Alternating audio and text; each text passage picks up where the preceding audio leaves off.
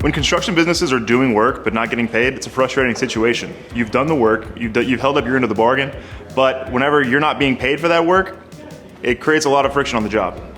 I'm Matt Viator. I'm a construction lawyer, and I've been studying construction payment issues and how to fix them for the past 3 years or so. When payments are coming slow on a construction job, one of the first things you want to do is follow up with your customer. Make sure that they've received your invoice, make sure nothing got lost in the mix, and kind of trying to talk out that issue. But sometimes the non-payment will continue. Sometimes payment will be delayed even further, and taking a little more serious approach might be necessary. There's a whole spectrum of documents that you can send or file in order to get paid, and depending on where the level of dispute is at, you may or may not want to take a more drastic action. So on one end of the spectrum, you have where you're reminding a customer that they haven't made payment. Maybe it's an invoice reminder. And on the far end of that spectrum, maybe you have a mechanics lien or a lawsuit.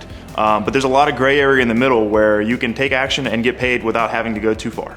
A great step before filing a mechanics lien is to send what we call a notice of intent to lien.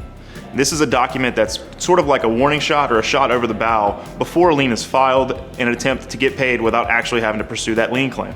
A lot of businesses don't look to a notice of intent to lien to recover payment because they're generally not required in those states. And whenever it's not a required document, they may not know that this is an option they can take, or may not know that it's a step they can take that would actually be effective.